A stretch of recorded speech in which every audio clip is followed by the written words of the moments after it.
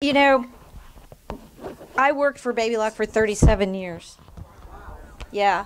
And when Bernina called me, hold on, let me get this.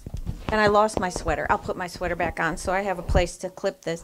But they called me and in 2019 and said, we are coming out with some new overlock machines. They call them overlockers, right? And I said, then they said, we understand that you're the one that needs to come and lead us in this category. And I'm like, well, thank you. I didn't even know anybody knew that what I was doing. So anyway, I said, you know what?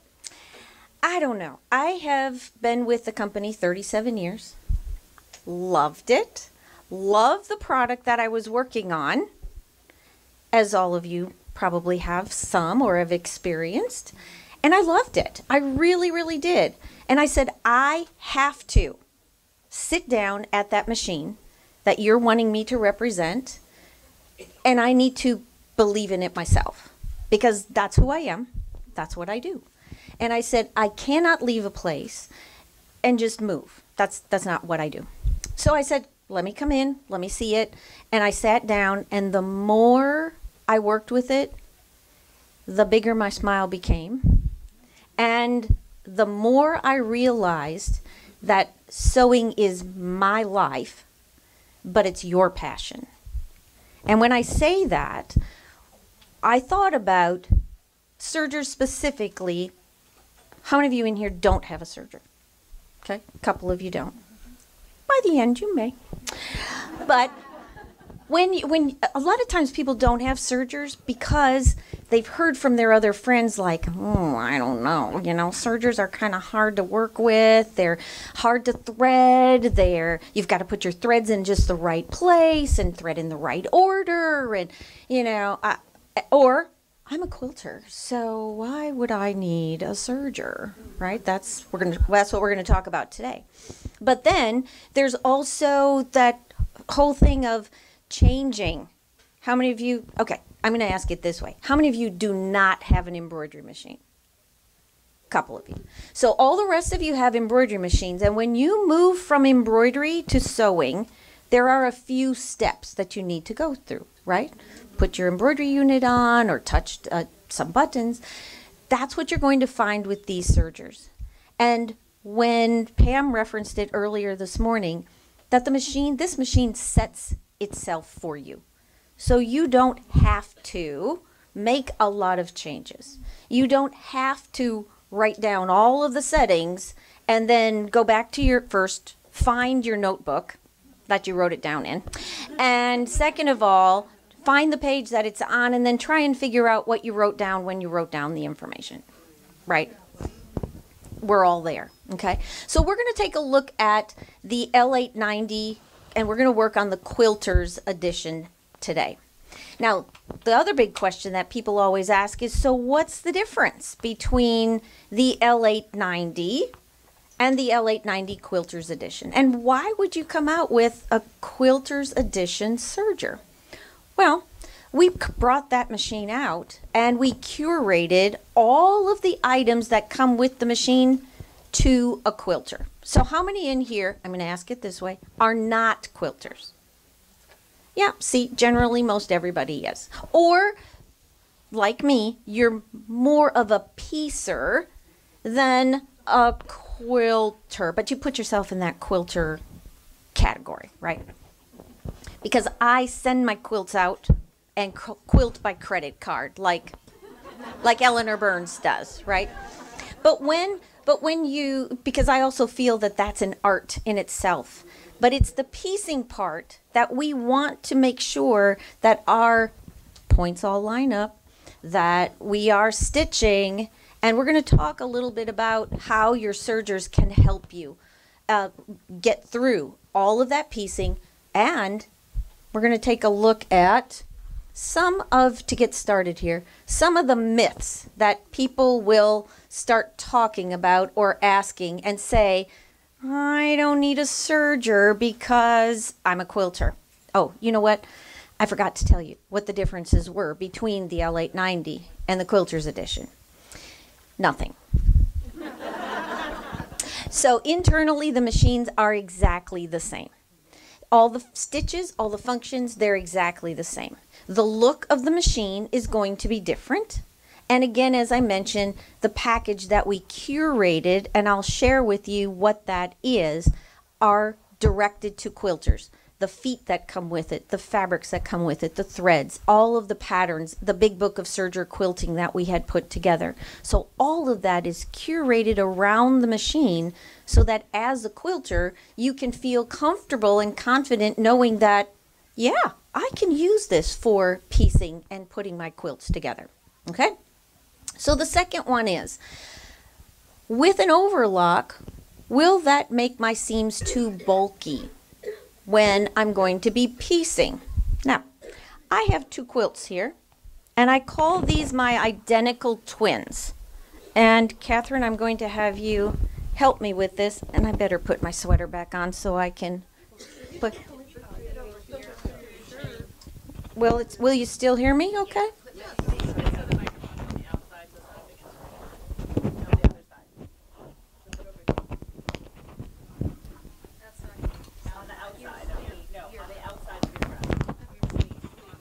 On my sleeve? Oh, yeah. The elbow in. Yeah, like that, but turn it on the other side. I can't do that. This doesn't turn. This side? I'll just do it this way. How does that work? Or I'll just put my sweater on. Is that good? Okay. All right.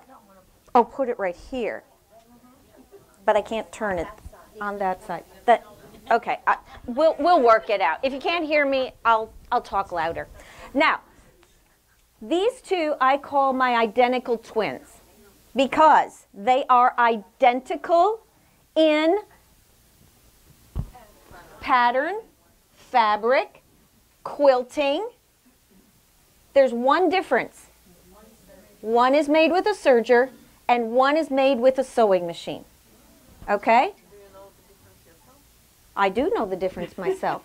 There's a teeny little tag that's on here.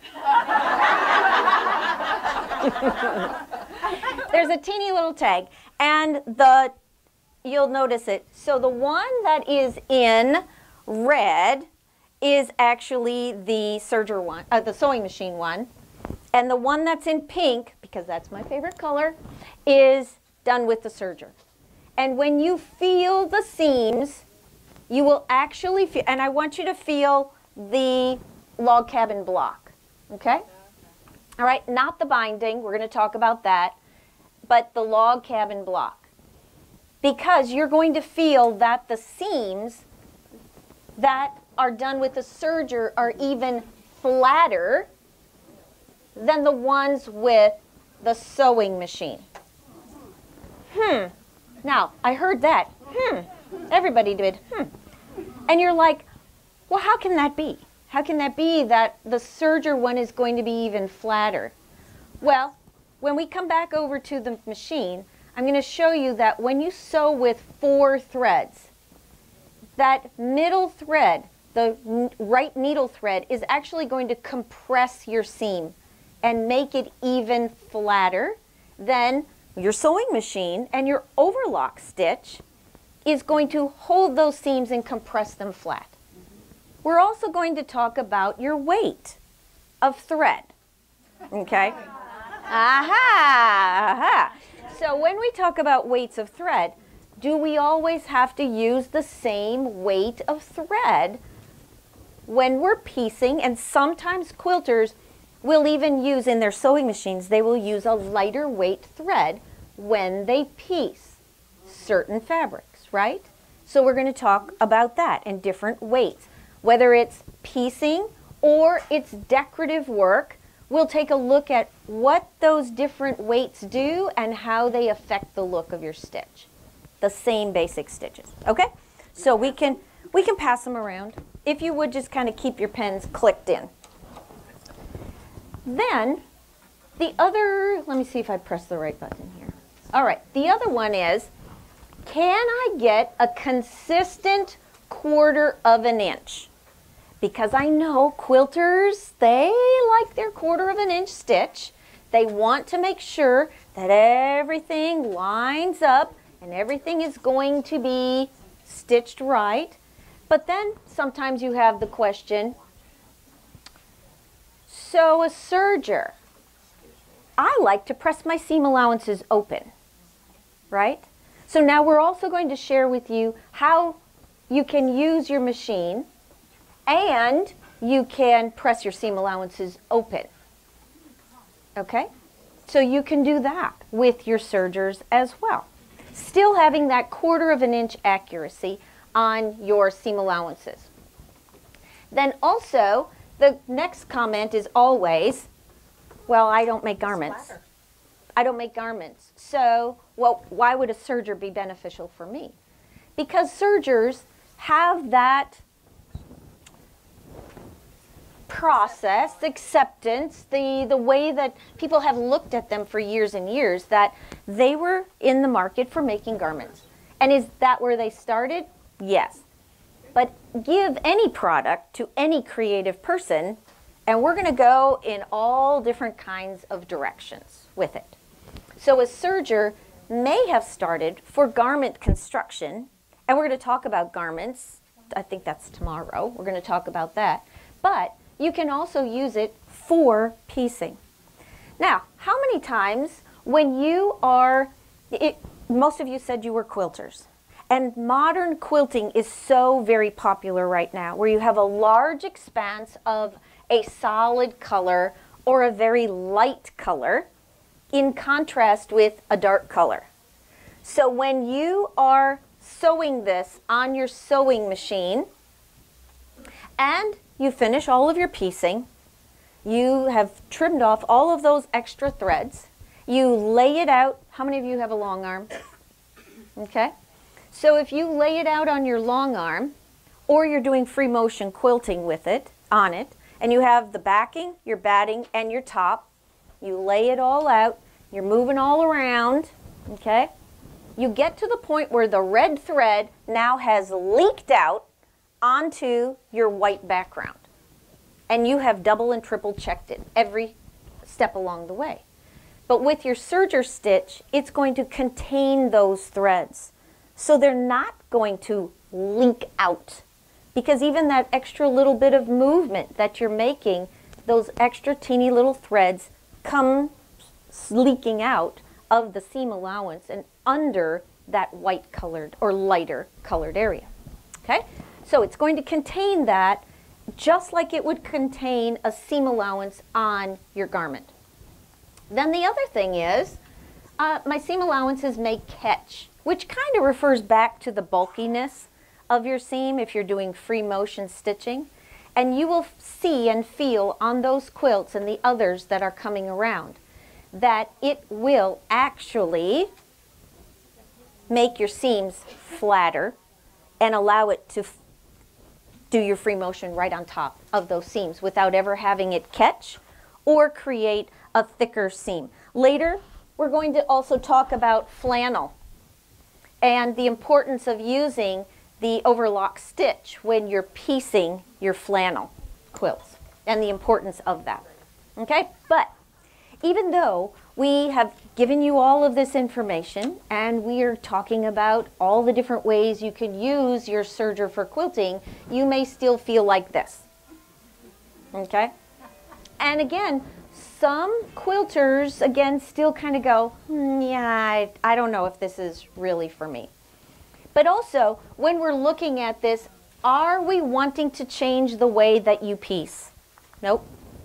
We don't want to change the way you piece because you're comfortable with the way you piece, right? Do you want to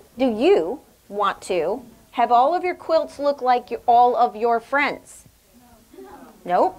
Nope. You want to be unique. You want to be different. So we're going to share with you ways that you can use these different stitches that will really elevate the look of your quilts, the texture that you have on your quilts. And when you give these, you want your friends, or when you go to a quilt guild, you want them to go, oh, how did you do that, right? Okay, but then also we want to give you more information and ways that you're going to be able to use your serger for piecing and binding and taking your creativity to a whole nother level that your sewing machines can't give you. Okay? All right. So, what I want to do, this is just a quick, short little, and I hope this works. Meet Steckborn, a charming small town in Switzerland situated between a turquoise lake and lush rolling green hills. It's the home of Bernina and the birthplace of the ultimate overlocker. The Swiss are known for precision. It's kind of our thing. And it takes time, hours upon hours, because making things perfectly, exactly precise to the nth degree, that's all us. So when it was time to develop a new line of cutting-edge overlockers, we challenged ourselves, pushed boundaries, pored over plans, and engineered a machine we absolutely love. Then came the testing and optimization. We tested and tested and tested and tested again. Then, because we're Swiss, we repeated the tests. After all, precision is in our DNA. Then came production. Our new Swiss-engineered, mega-tested overlockers are produced at Bernina, Thailand, the most modern sewing machine production facility in the world, where teams of experts precisely assemble our unparalleled next-generation machine. But why, you may ask, go to so much trouble? Other overlockers do just fine without all this fuss.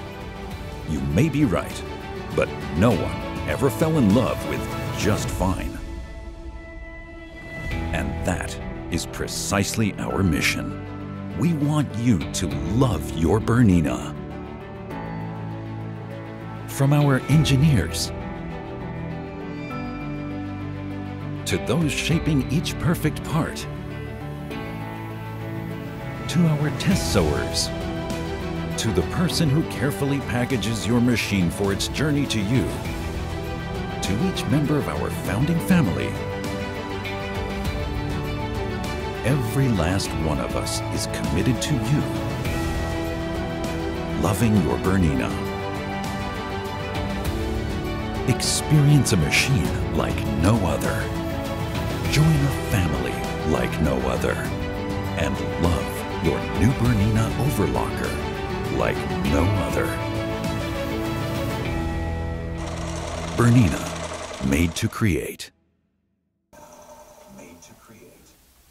Okay, very good. All right, so we can put the lights back on. We're going to come over here to the machine.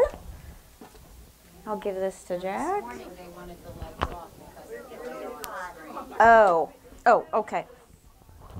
All right, so I have plenty of light with the lighting on my machine. So we can sew in the dark. All right, so what I always like to do when we finished showing that video is that Bernina is the only company in the industry that manufactures, designs, develops all of their own sewing products within every single category. That includes sergers, sewing machines, and long arms. Okay? So what that does is you're going to find that there's similarity and familiarity between all the different products too. But what you'll also find is that as we work through these machines, Bernina has really invested time and also funding in order to keep these products going. It isn't that, oh, let's just see what we're going to do on sergers and it's only in and it's going to go out. This is a long-term relationship that we have. So as we looked at this then with quilting, let's take a look then at those stitches. So the first thing that we were looking at and talking about the way that the stitches were made and the assembly of those quilts that are coming around. Most of the time you're going to remember or look at stitches that are overlock stitches, right? Okay, so you have the 4-thread overlock stitch and you have the 3-thread overlock stitch. Many times customers will use a 3-thread overlock stitch because they think, oh, if I put 4 threads, it's actually going to make my seams more bulky because there's more thread in the seam, which is actually opposite. So if we look at the 4-thread overlock stitch, that extra line of stitching that runs through the middle of that stitch takes the seams and it compresses that seam allowance down and it makes it even flatter. So then how does that relate to, you can keep it right there, how does that relate to then our flannel quilts? So if we're working with flannel, sometimes you're going to have, when you work with the flannel, if the fabric itself is not as woven as tightly, it could pull out. So here, by seaming it with a 4-thread overlock stitch, it compresses your seams, plus it's going to strengthen those seams, so when you know, your kids and grandkids are rolling around on the floor with the dog on their flannel quilts, the seam isn't going to pull apart. It's going to stay more secure. Okay? Now, we're also going to take a look at when this quilt comes around. Later, we're going to take a look at how we make this ruffle. Okay? Because this ruffle is super easy to do with your serger. So this whole quilt and all of the quilts that I'm going to show you have been totally made with the serger, with one exception, the quilting stitch, because I don't want anybody to leave here going, ah, she showed us a way to do free motion stitching on our serger today.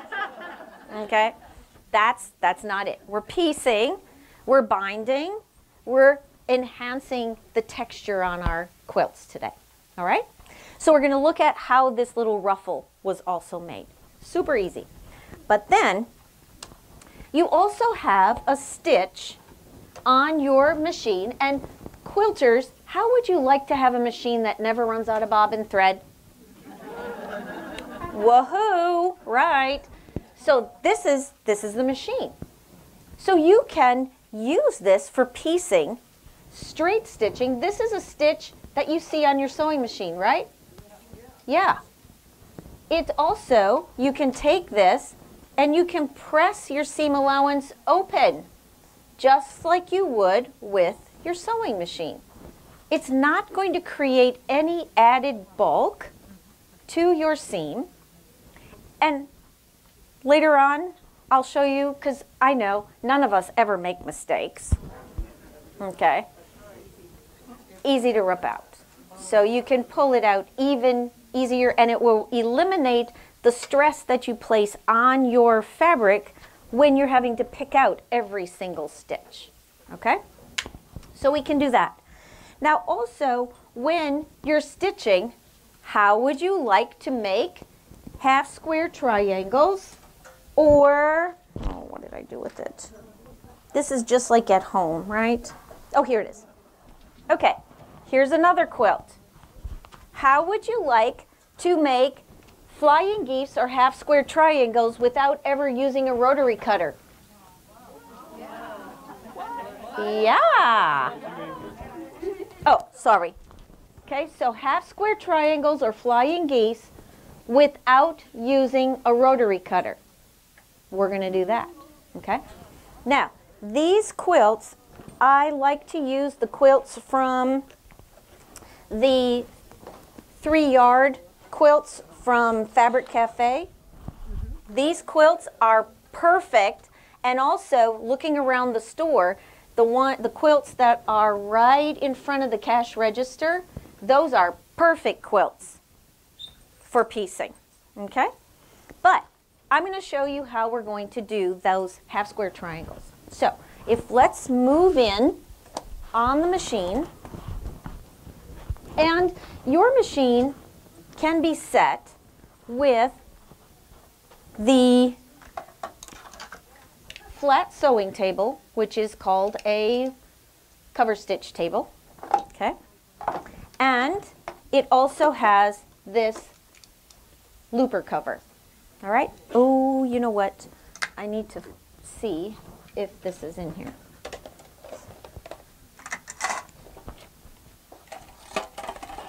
All right. So when you're working, and we're going to be stitching first, we're going to stitch, and I know that there are many different ways that you can do half square triangles or flying geese. This is going to be one way. So I have my machine set with the standard presser foot, and I have my needle in the right sewing position. Okay, now I'm going to take my fabric piece. Now, let me grab the right ones here. So I have these, can you see that? I have 3 lines that are drawn, all right? All right, 3 lines that are drawn. And again, there are other ways of doing this. This is just the one way that we're going to show you right now. What I like to do, those friction marking pens come in different colors. So the line I'm going to sew on, I draw in one color, and the one I'm going to cut on, I draw in a different color. Okay? Or if you're doing pleats or tucks or anything, the line you fold on is one color and the one you fold to is another color. That way you know where you're folding and where you're stitching. Okay? All right. Now another tool that I'm going to work with when I do this is my fabric folding pen.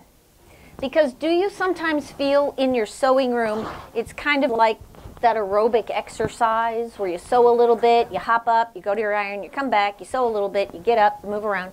And you can use this, and again, this is not saying that you never have to use an iron. This is just going to keep you at your sewing area for a longer period of time before you get up and go to your iron. It's also, lots of you said you have embroidery machines, so you can use this pen for any in-the-hoop embroidery projects also. Okay? This one is from Clover, but this one is from R&K. So that one, these are the two, oops. These are the two. So this, no, it's not glue. This actually has, as you can see here, there's this little vial of liquid, and it's a softener of some kind. I call it magic juice because they don't tell me what's in there. But you put 5 drops of this magic juice in the pen, and then you fill the rest of it with water. Okay? This one, and I have not used this one yet, but this one, you put water or starch in it. Okay, so again, I've not tried this one yet, but I'm going to show you how this works. So when you use this, we're going to, first of all, we have these 3 lines that are on our fabric. Now, if you stitch this, you can also use a clear foot if you want to. So this clear foot has all the same markings on it that you would have with your standard sewing machine foot.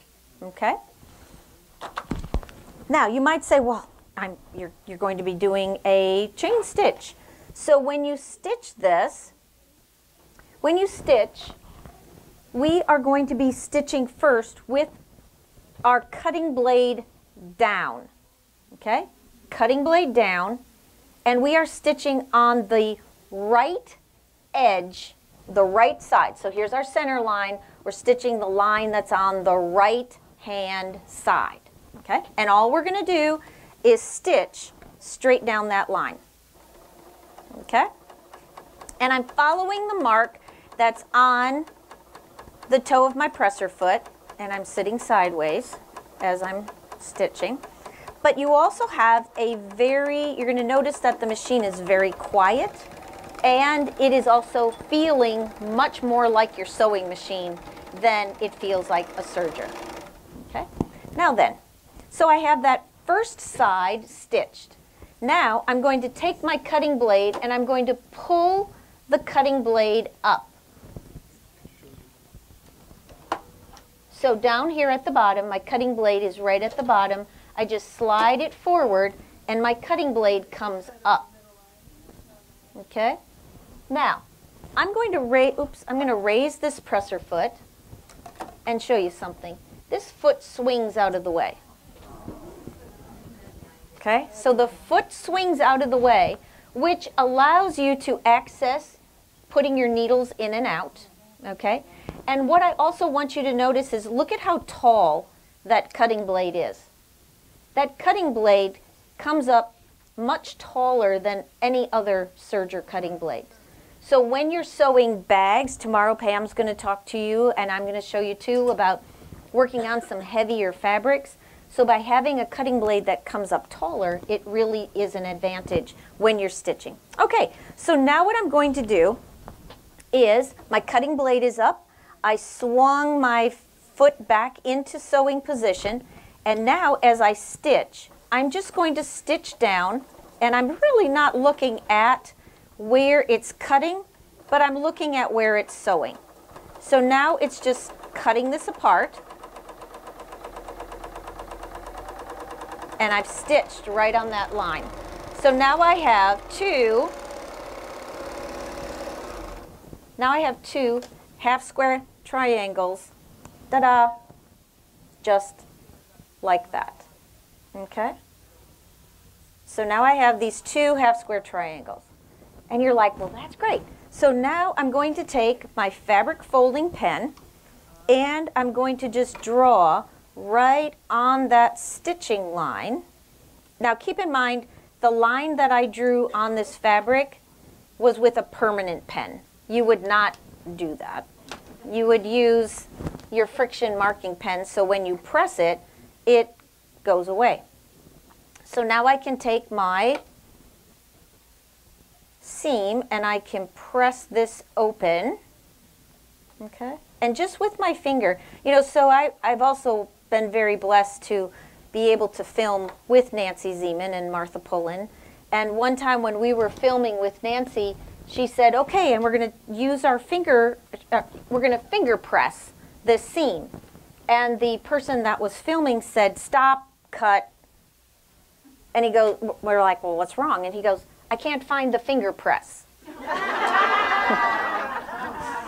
So, yeah, finger press. So we finger press that seam, and you can finger press it open or to the side, however it's most convenient for you. So now what I'm going to do is I'm going to take this seam and I'm going to join it together. Let me join it the correct way here. All right. And coming with your machine, you're going to have, because when we stitch, we want to have our seam that 1/4 of an inch when we join it. So I'm going to take off the flat sewing table and I'm going to slide on the looper cover, the cutting cover, and I'm going to slide the seam guide, which comes with your machine, over to the 1/4 of an inch marking. So this seam guide snaps onto the top of your machine and you slide this over so that it's lined up for a 1/4 of an inch. Now, my cutting blade is still going to be active. So when I stitch this, you have those little dog ears, right? So now when I stitch this in place, those dog ears are going to be trimmed off. Sorry, Julie. All right, so we're going to trim off those little dog ears. We have that 1/4 of an inch seam that we've made, and like magic, you see that? Okay. So now we have that 1/4 of an inch and sitting sideways, right?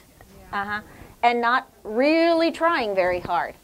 So now you have a way that you can seam it, you can cut it, you can use the features that come with your machine in order to give you that accuracy and precision.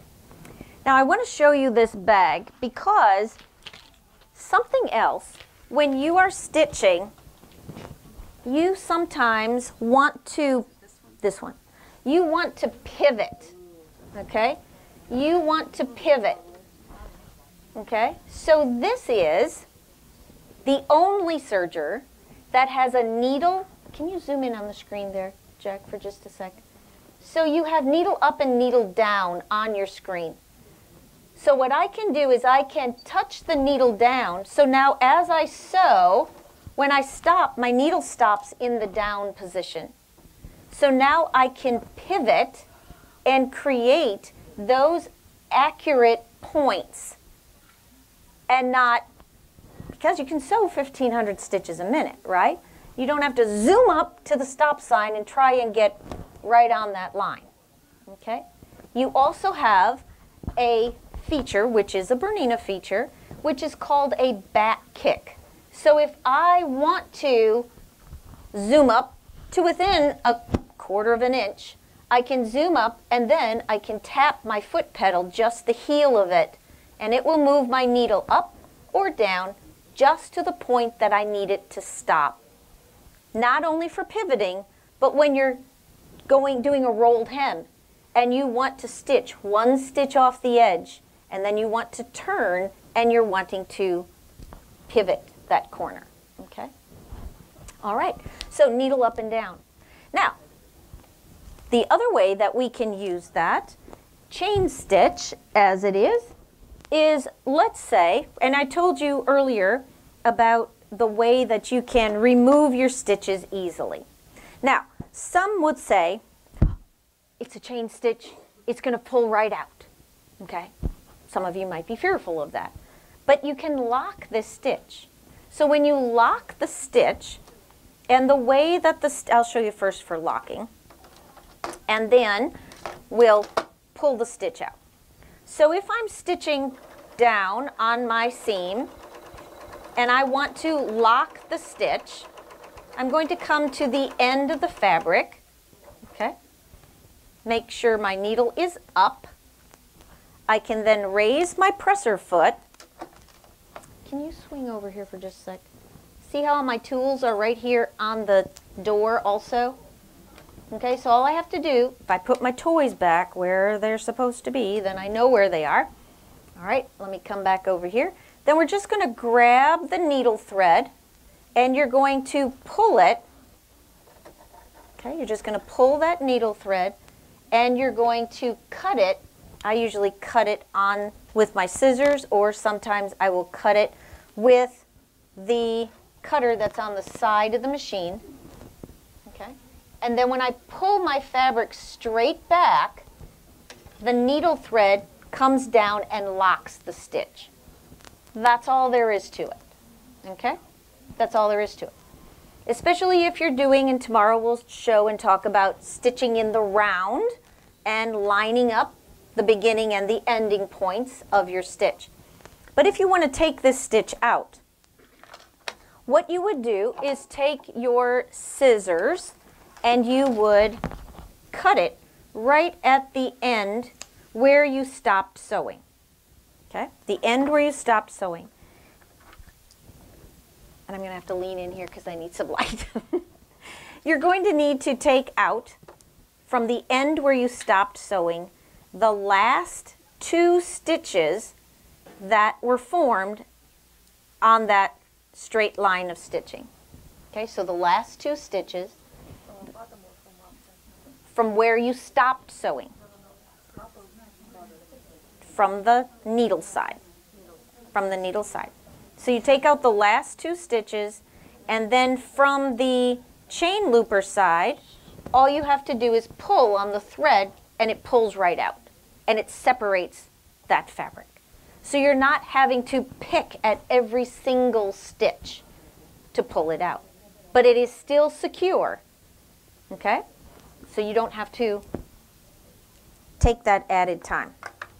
Now, if I'm going to be working with, and I shared with you earlier about using or creating that ruffle. So now you notice on the screen itself, you have the stitch, and I'm going to find my little box here.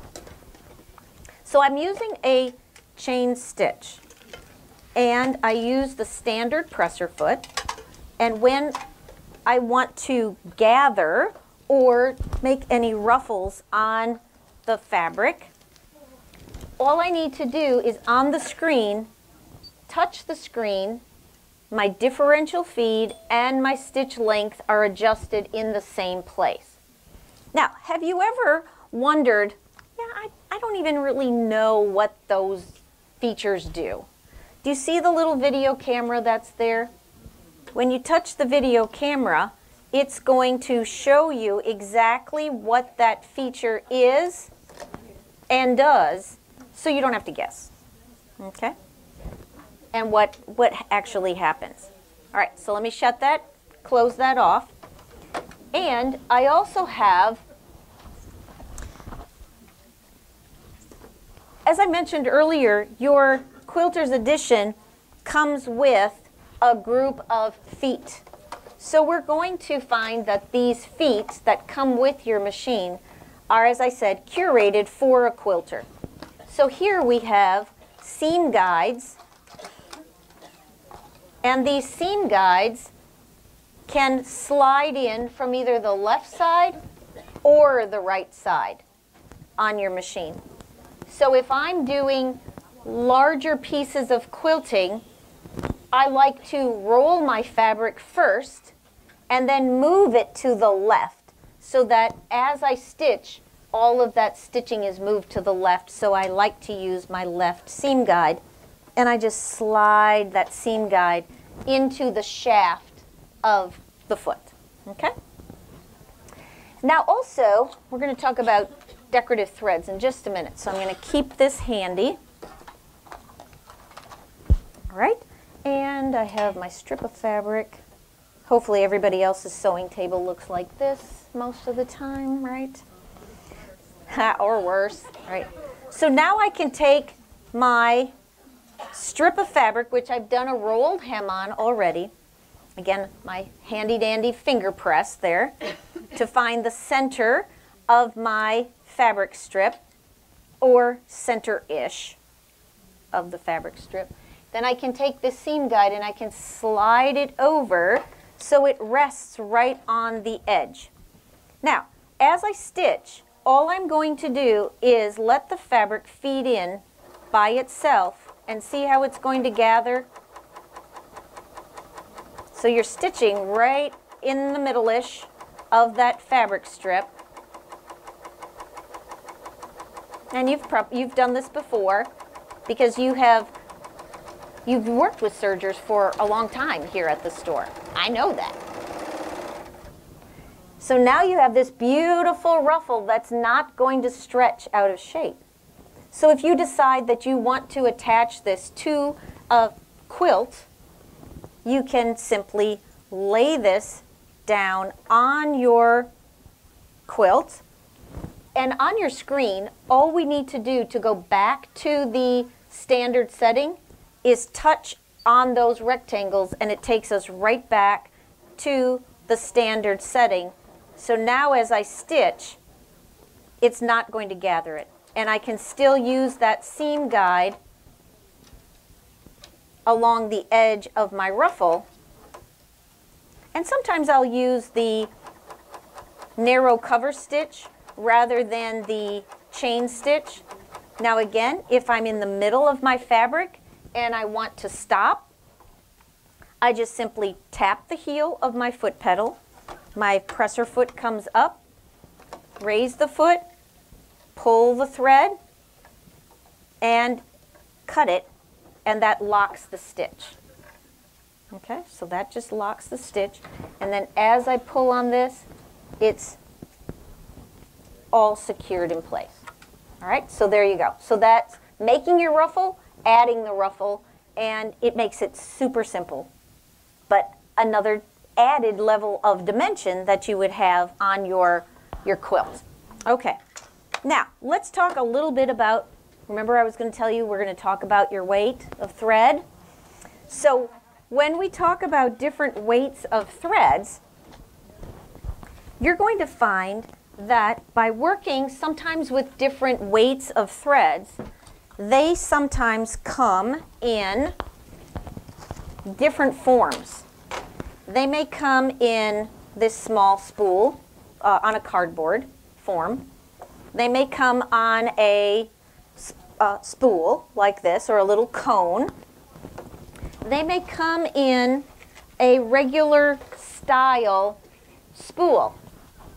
Now, when you work with a regular, are you going to be able to get this if I clip this on the back? Let me pull this out and turn it around. All right, you got it? So this is a horizontal spool pin that comes with the machine. So what I can do is I can take this and I can snap it anywhere around the outside of my machine. I could put 2 or 3 or 4 of them if I wanted to. And if you ever come to the low point on a spool of thread, you generally find that it jumps up and down. Okay? Okay, did you also notice that these spool pins are all the same size? So they go, the thread rests all the way down. All right, now, when I use this, it's going to take my thread and it's going to spin. It's a little hard to see because it's, no, you can see it? Okay, so it's spinning and it's allowing your thread to flow off easier than, and honestly, that's how the wave stitch was developed. Because the flow of the thread was inconsistent in the machine, and it was creating the thick and the thin places. And that's truly how it was developed, and then the factory engineered the machine to do it consistently. Okay? That's a little bit of history. Is that device right there part of only the quilters? Nope, nope. So all of these items that I'm showing you are also available separately. So if you have an L890, or you decide that you want, because the difference is that you have the Quilter's edition is all white on the front. The other has the piano black front, typically indicating top of the line on the Bernina machines. Okay? So that's that. Now, something else that you can do with different types and weights of threads. So if you look at this one, and some of you might be wondering, how am I going to remember all this? So there is the big book of Serger Quilting, which does give you a lot of information about piecing and about using different threads. That's all in the big book of Serger Quilting. Does that book come with the Serger? Yes, ma'am, it does. The Quilter's edition. Yeah. So this is this quilt. Now, how many of you also have an electronic cutter, or you have an AccuQuilt, or you have a way of cutting out shapes, right? Yeah, and you go, what am I going to do? I have that one project done. So here, you can fuse your the back of your fabric, cut out whatever shapes you want, and then fused it onto a piece of fabric, right? Now, when you stitch with these decorative threads, I'll give you that. These decorative threads, you're going to sew from the wrong side, okay? So you're sewing from the wrong side. And what I like to do is fuse on a very lightweight batting. So this, oh, you got that there? This is the Ultra Soft, or OESD has one which is called Fuse and Fleece. And this is just a very lightweight batting that you'll feel that's on the back of that quilt. And also, I put on the back side, I'm going to grab this,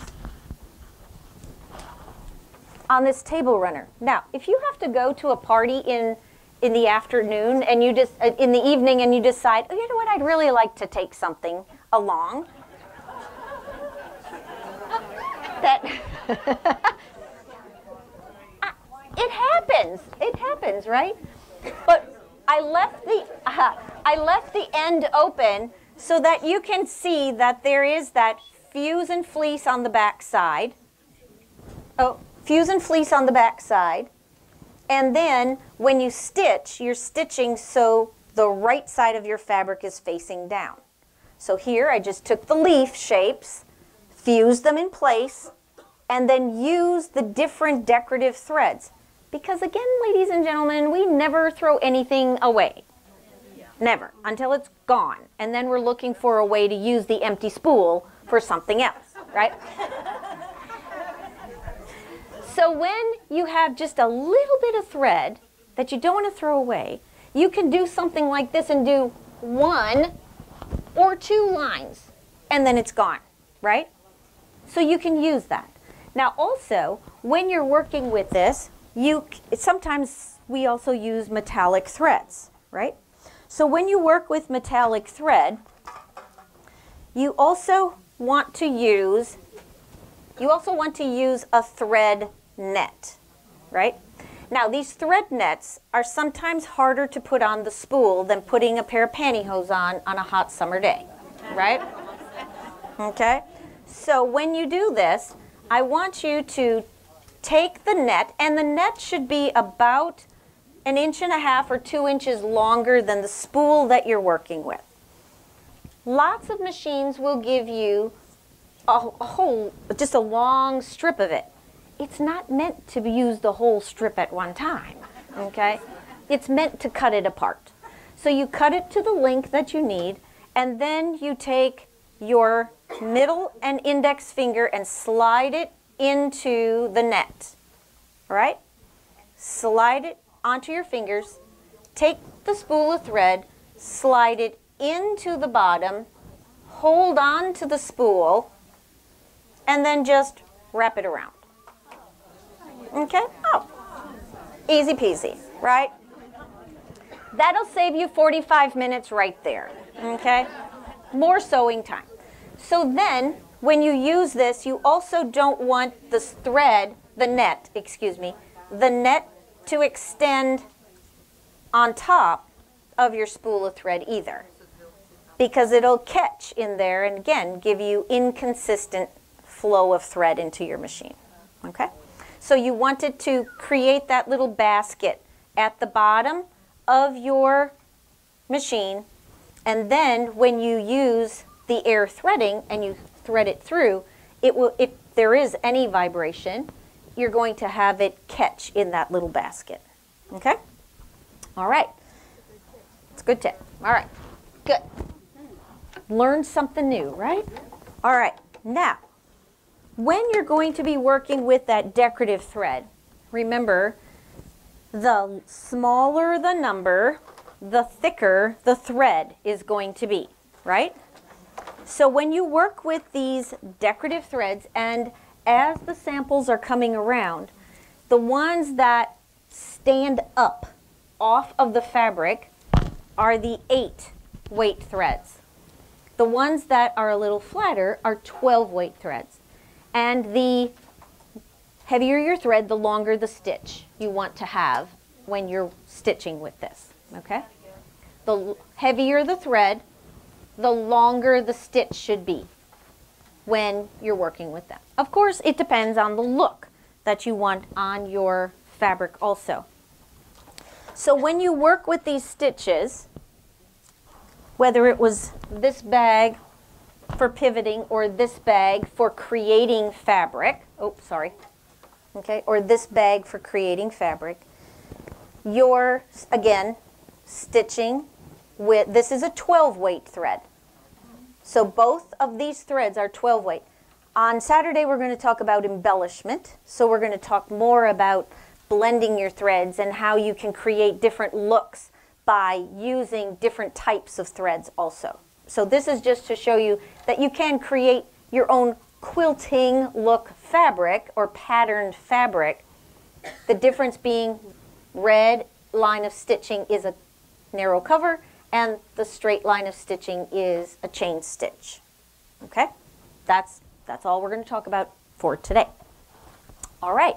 But now, when you're working with these different stitches, and you're also going to find that serger quilting is becoming much more popular. People are starting to talk about it.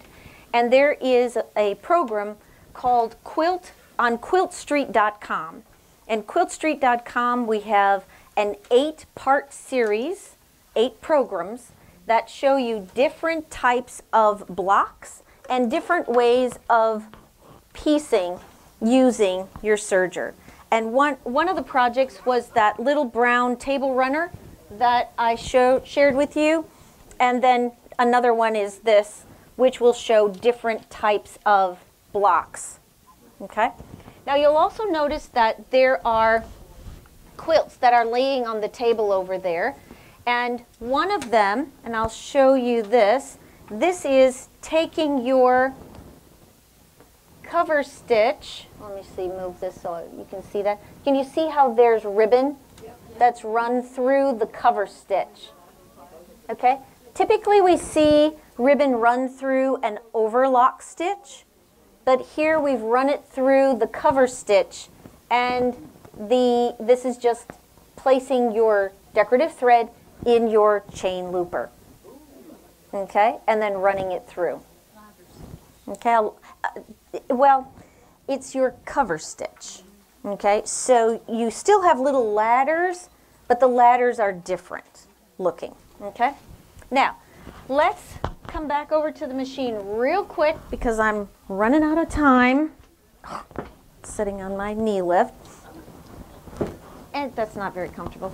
So this is a quilt pattern that comes with the Quilter's Edition machine. It also comes with the video series that, so Amanda Murphy and I designed this together. And what it does is it takes you through all of the different stitches on the machine. So you're learning about your machine, but it's showing you the different flat lock stitching or piecing, using that technique that I shared with you, how you can use your cutting blade to cut off those corners when you're doing, this one is a bow tie block, curves, going around curves, and all of those elements that are part of the project, you're going to be learning through that whole video series. Yes, so it comes with the quilt kit, which has all the fabric, the pattern, the big book of serger quilting, all the decorative thread, the fusible thread, cotton thread. So as a traditional quilter, you may want to have cotton thread to assemble your quilts together. One more thing before we leave cover stitching, I'm going to just grab this, is we're going to look at binding. And with binding, you're going to find that you can attach your binding using the fusible thread. And I don't bind my quilts any other way anymore. Because when you use fusible thread in your lower looper on your machine, okay, can you see that white thread there? That's fusible. So the fusible thread, whoops, right here, you place in your lower looper on your machine. Then when you stitch, you're going to be stitching your binding on just like you normally do. Okay?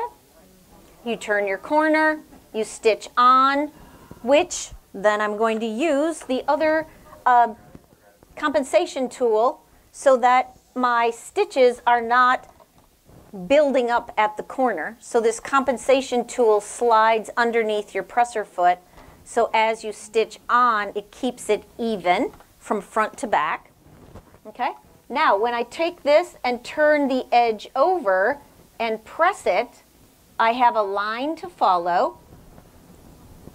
once it's pressed in place, there we go, okay? It's all going to be held in place for you, so you can come back and you can top stitch it, you can stitch in the ditch, you could still fold this back if you are a hand binder and you want to sew that together by hand. But you also don't have to worry about 800 clips all the way around your quilts.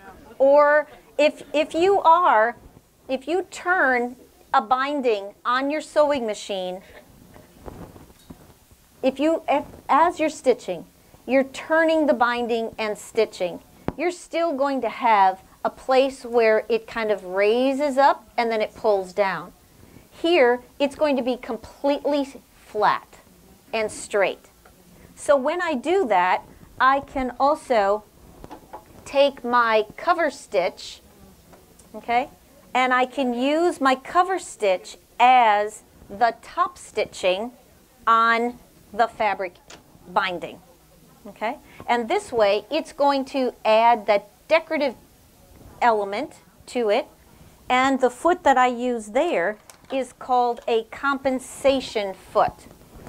So the compensation foot has these floating sides to it. Can you see how it, like an uneven foot, right?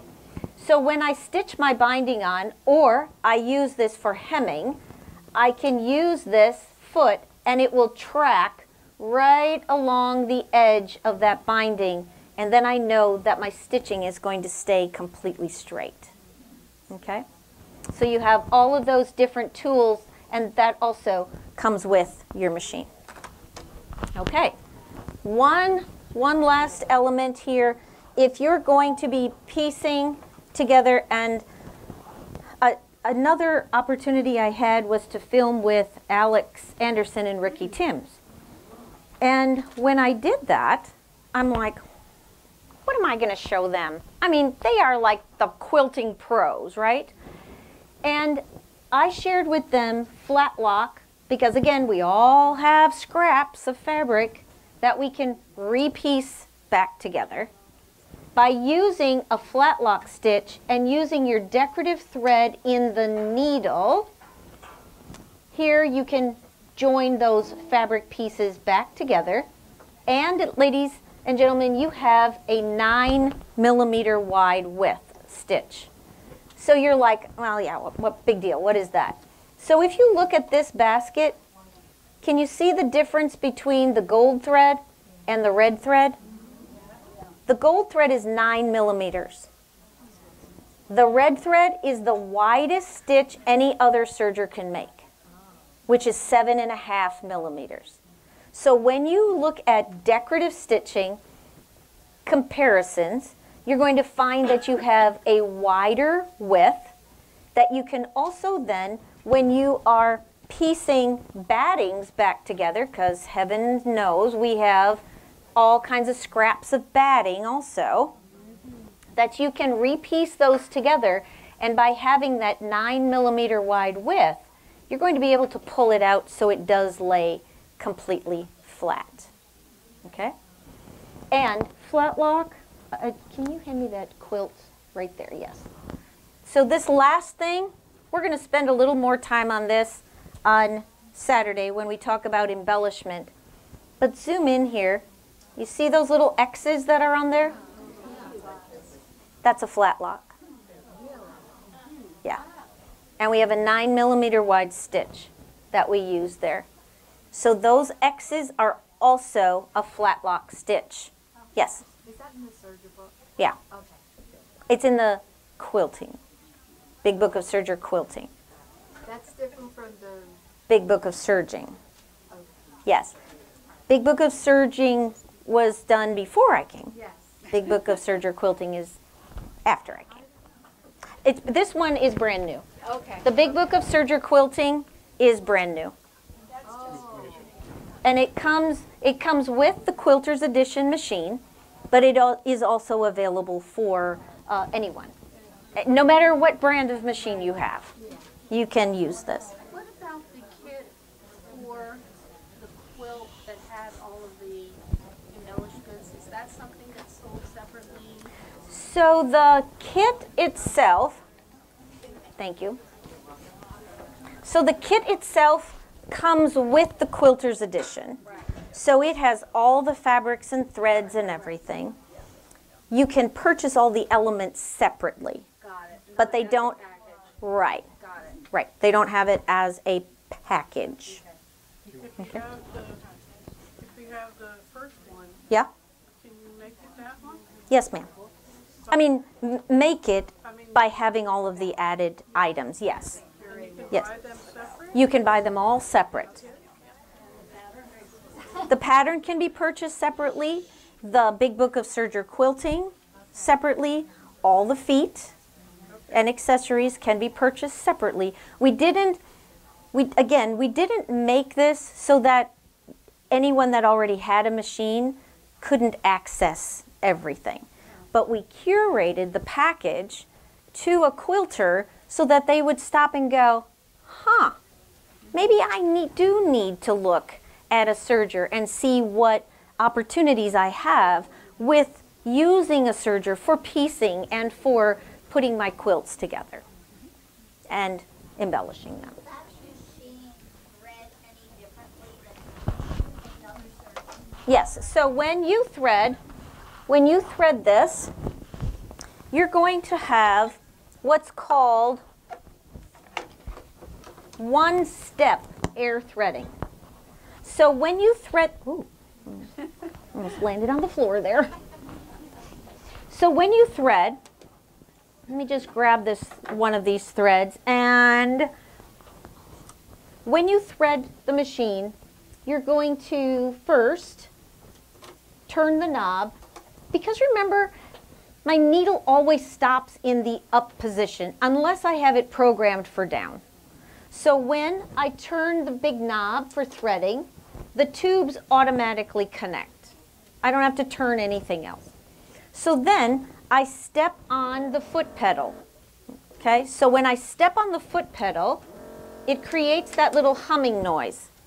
And I just hover the thread. Oh, let me put the upper looper up because you'll be able to see this better if I, okay. So it's locked in place.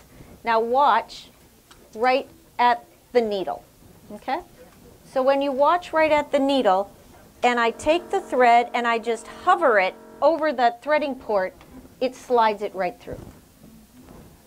Okay? Yeah. So when I step on the foot pedal, yeah, hover the thread. I don't have to put it into I don't have to put it into the hole. I just hover the thread and then it flies right through. Okay? And you can do that with the decorative thread, or you can do that with the regular serger thread or your fusible thread. Okay? Now, we will have to ask them. We'll ask Brad. Okay? So whoop, it slides right through. So there you go. Now, zoom in here, Jack, if you would, on the screen. So let's say I'm moving between a cover stitch and an overlock stitch, right? So what I have in the machine is what's called guided mode. So when I touch on the screen, I have expert and I have guided. So it's like having me or Lisa, who teaches the serger classes here, sitting right next to you all the time. So I touch guided and I touch the stitch that I want to go to, and let's say it's that 4-thread overlock stitch. So now it shows me right here on the screen, lift the presser foot, unthread the machine. So I cut and I cut, right? And I take the threads out. And what foot to put on. So then I snap off the foot, and again, if I don't know how to do that, I just watch the video. Now it doesn't tell you where you put your foot. That would be the next thing. So then it shows you how to take your foot off, snap your foot on. Okay? All right. Then I can adjust the pressure. So if I am doing that free motion, well, let me retract that word, free motion. Those soft, gentle, summer breeze, wavy lines on your fabric, you can adjust the pressure on your presser foot right here at the top. Okay, so it'll remind you, this is what it needs to be set at. Arrow to the right. Then when I move my needles, I'm going to, let me pull the seam guide out. Oh. Swing my foot out of the way. Then I can take my needles and just move them from the overlock position, excuse me, from the chain stitch position to the overlock position. There is also, and Jack, if you would come down, there's a needle pad right here inside the machine which holds my needles so that I can have those needles easily accessible and not have to find them, okay, or wonder where they went. So now I have my needles in. Swing the foot back into place. And again, if I didn't know how to do that, video right there. Making sure your cutting blade is up, shows you that there. Adjusting the width of your stitch all the way up to 9. Taking this little cutting cover, take that off. Slide your cover on. You can leave your seam guide attached. Upper looper is in position. Rolled hem is built in on the top of your machine. Now, have you ever had where when you set your machine, when you thread it and you start to sew, you can adjust the width of your stitch, but you may end up with these little loops that kind of hang off the edge just a little, okay? With an automatic thread delivery machine, there's no way to adjust that. There's that little tiny knob, but it only goes so far. So here, in your machine, you can adjust. He's coming in. He's coming in. Okay, so come up here on the needle plate. Okay, so this is adjusting your width. So MTC on your machine, you can adjust the width of your stitch, but which adjusts your cutting blade and your stitch finger. But the MTC will adjust only the stitch finger. So what happens is when your stitches are formed, your cutting blade is here. You may need a little more or a little less of a loop, depending upon your fabric. Okay? So you can adjust that. We'll talk more about that in embellishments. Okay? So that's what MTC is. Then it's time to thread, and it shows you right here on the screen. So I have what's also called one-path threading. So no matter if I'm doing a cover stitch or if I'm doing an overlock stitch, my threads fall into the same thread guides. I don't need a threading chart. I can follow the same path each and every time I'm going to thread my machine. Okay? So when I thread for a 4-thread overlock stitch, or if I'm doing a stitch when we do embellishments, I keep referring to that because we're going to be able to keep the machine threaded the exact same way and create different stitches. Okay? We don't ever have to rethread because we have total stitch control on the machine. Okay? Plus, we can also save them into memory. So you can save, if we make any changes, we can save 100 stitches in the machine. And we can label them whatever we want to label them, up to 40 characters. Yes?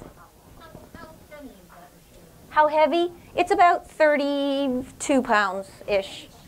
Yeah. I mean, it's, well, I'm going to lift this off, but it also has the suction cups, right? So it's going to stick a little. It also, when we do garments tomorrow, it has a free arm. Okay, it has a free arm, and it also comes with this extension table that slides right on. So you have, when you are quilting or doing any other kind of stitching, larger pieces, it's going to support your fabrics and not kind of drag off to the side as you're going to stitch. Yes, ma'am? I don't know if I missed something. How do you do the 4 threads at a time? Did you do that already? Okay, so when I thread, I'm going to thread my needle, and I come straight down for the left needle and for the right needle. Okay. There we go. And then for threading my loopers, I'm going to take my thread in, oops, hold on. Let me get some of that thread out of the way. Okay. And I snap it into that snapping thread guide. Okay. And now I just step on the foot pedal, let the thread, whoops, fly through the machine. I am going to. Okay. So then I'll thread my needle.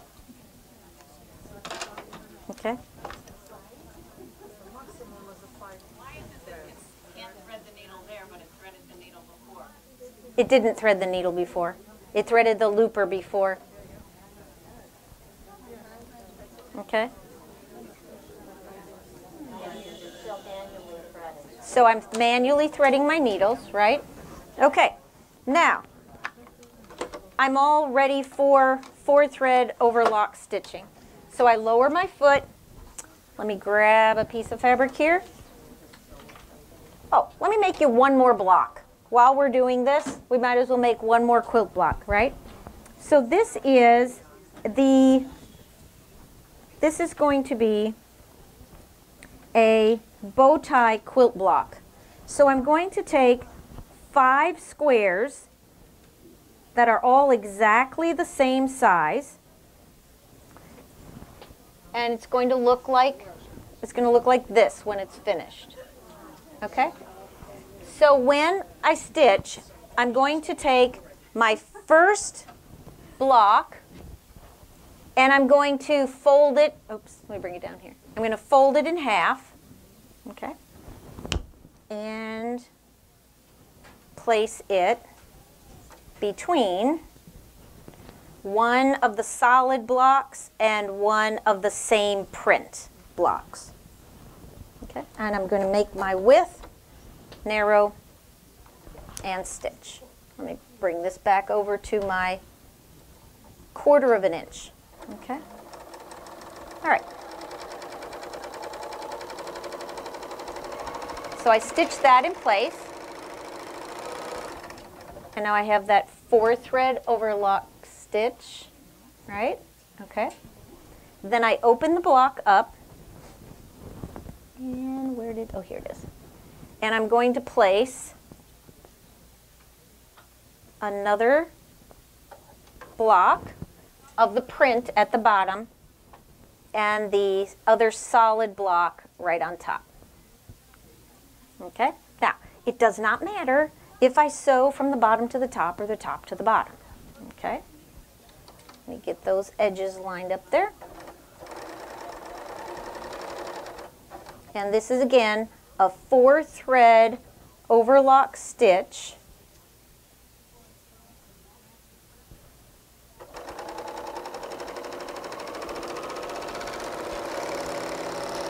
Okay. Then you end up with the SpongeBob SquarePants block. Okay. And you're like, how the world is that going to turn into a block? So now we're going to take that center block that was folded and you're going to squeeze it. Okay? Origami, that's right. This is sewing origami. Now this is also where I am going to make sure my needle is stopping in the down position, because I'm going to need to manipulate this little fold in there a little bit as I stitch. So I'm going to stitch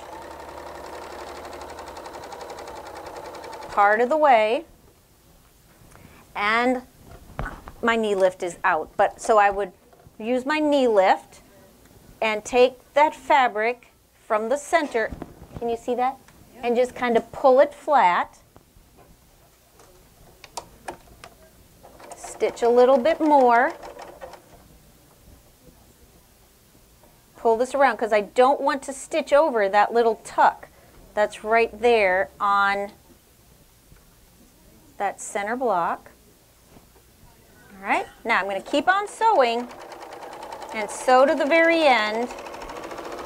But by having my needle stopping in the down position, then I can keep on adjusting, and now, like magic, dun, da, da, da, I have a block.